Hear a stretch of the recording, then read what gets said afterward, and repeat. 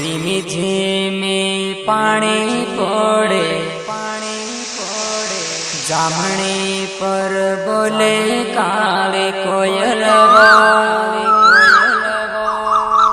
તું જામણે ને બહાનો કરીને જાવે જામણે ખાસુને વાત કરે સો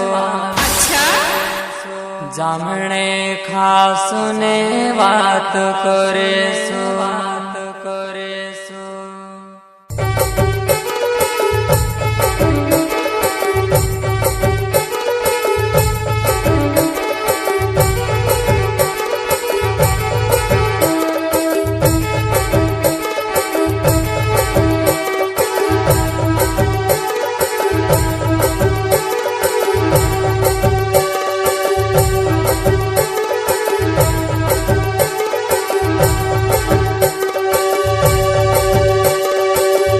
ठंडी हवा चाले रे झीमी पड़े पानी जामणी पर बोले कावी कोयल वो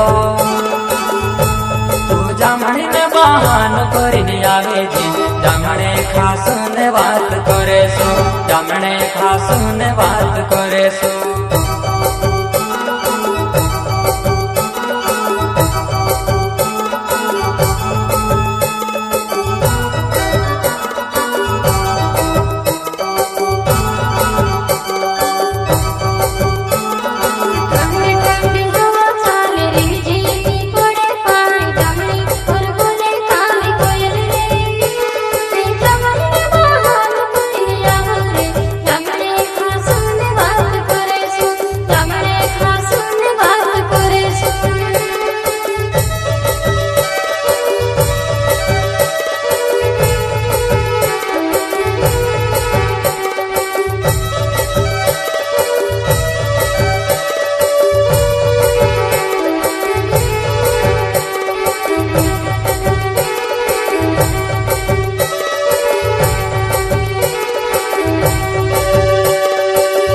ठंडी हवा चाले रे झीमी पड़े पानी जामणी पर बोले कावी कोयल वो